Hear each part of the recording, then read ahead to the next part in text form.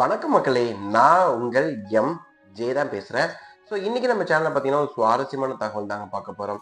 அதாவது தமிழ்நாட்டில் பார்த்தீங்கன்னா பல டிவி சேனல்கள் இருக்குது. பல டிவி சேனல்களில் பல சீரியல்களும் ஒளிபரப்பாயிட்டு தான் இருக்குது.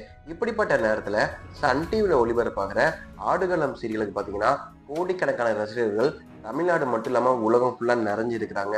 ஆடுகளம் சீரியலை பார்க்காம எங்களால் தூங்க முடியல, நேரத்துக்கு சாப்பிட முடியலன்னு சொல்லிட்டு பல இளைஞர்களும் பல முதியவர்களும் சொல்றாங்க.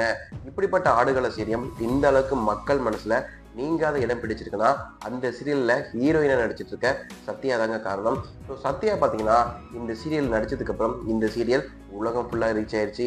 ஏன் ஃபேன்ஸ்ல கூட பார்த்தீங்கன்னா இந்த சீரியலுக்கு ரசிகர் மன்றம் வச்சிருக்காங்க. இடையில கூட நடந்த ஃபுட்பாலில் பார்த்தீங்கன்னா நம்ம ஆடுகளம் சீரியலோட போஸ்டர் வச்சு ரசிகர்கள் கொண்டாடினாங்க. இப்படிப்பட்ட சீரியல்ல லீடு ரோலா பண்ணிட்டு இருக்க சத்யாவோட உண்மையான பேர் என்னன்னு கேட்டீங்கன்னா டெல்னா டேவிஸ் தாங்க.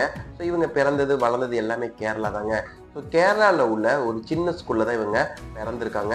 அங்கேயே தான் படிச்சும் இருக்காங்க. படிச்சுட்டே இருக்கும்போது நம்ம டெல்னாக்கு பார்த்தீங்கன்னா பரதநாட்டியம் மேலே ரொம்பவே ஆசை வந்துருக்குங்க. ஏன் உனக்கு பரதநாட்டியம் மேலே ஆசை வந்துச்சுன்னு கேட்கும்போது ஷோபனா இருக்காங்கல்ல, நாட்டிய பேரழகி, அவங்களோட ஆட்டத்தை பார்த்ததுக்கு அப்புறம் தான் டெல்னாவுக்கு பரதநாட்டியம் ஆடணுன்ட்டு ஆசை வந்திருக்குங்க. ஸோ டெல்னா பார்த்தீங்கன்னா பரதநாட்டியம் ஆடி இருக்காங்க. அதே போல் படிப்புலையுமே கவனமாகவும் இருந்திருக்காங்க. ஸ்கூலில் நடக்கிற காம்படிஷனில் கலந்துக்கிட்ட டெல்னா பார்த்தீங்கன்னா சிறப்பாக பரிசுகள் ஜெயிச்சு தாய் தந்தைக்கு பெருமையும் சேர்த்து கொடுத்துருக்காங்க. ஸோ டெல்னா பள்ளி படித்து முடிச்சதுக்கப்புறம் காலேஜ் போயிருக்காங்க. அங்கே இவங்களுக்கு பார்த்தீங்கன்னா முழுக்க மைண்டு ஃபுல்லாக ஃபோக்கஸ்டு மாடலிங் பண்ணணும், சினிமாவில் நடிக்கணும் தாங்க ஆசை வந்திருக்கு.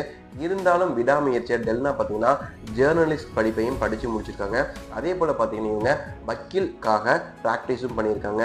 இப்படி பண்ணிட்டு இருக்கும்போது இவங்களுக்கு மாடலிங் பண்ணி அதில் பேரு புகழ் கிடைச்சதுனால தமிழில் முதல்ல இவங்களுக்கு ஒரு படத்தில் நடிக்க வாய்ப்பு கிடைச்சதுங்க. அந்த படம் ரிலீஸே ஆகலை. இருந்தாலும் கவுண்டமணி சார் கூட இவங்க 49 படம் நடிச்சிருந்தாங்க.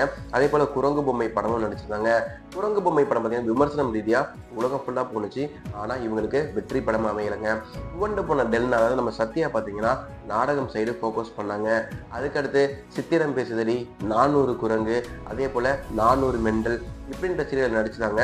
இவங்களோட நடிப்பை பார்த்த நம்ம ஆடுகளம் சீரியலோட டைரக்டர் இவங்களுக்கு ஆடுகளம் சீரியல்ல ஹீரோயினா நடிக்க வாய்ப்பு கொடுத்தாருங்க. அந்த வாய்ப்பை சரியா பயன்படுத்தி டெல்னா பார்த்தீங்கன்னா இன்னைக்கு புகழோட உச்சிக்கு போயிட்டாங்க. வெறித்தனமா நடிச்சு மரண மாஸ் காட்டிட்டு இருக்க டெல்னாவோட நடிப்பு உங்களுக்கு எந்த அளவுக்கு பிடிக்கும் அதை கமெண்ட்ல போடுங்க. இந்த லைக் பண்ணுங்க, மேலும் மறக்காம சப்ஸ்கிரைப் பண்ணுங்க.